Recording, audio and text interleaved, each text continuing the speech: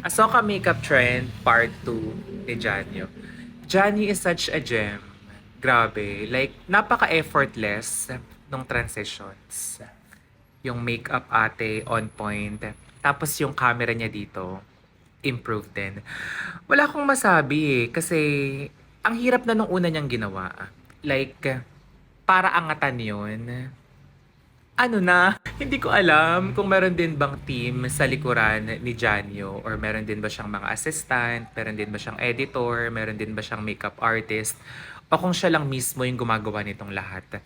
Kung siya lang mismo yung gumawa nitong lahat, makeup, editing, and all, props, wala akong masabi. Si Janyo yung parang effortless, pero pag nilabas niya, collectively, yung buong execution, maganda. Halata mong sanay na sanay, halata mong marunong na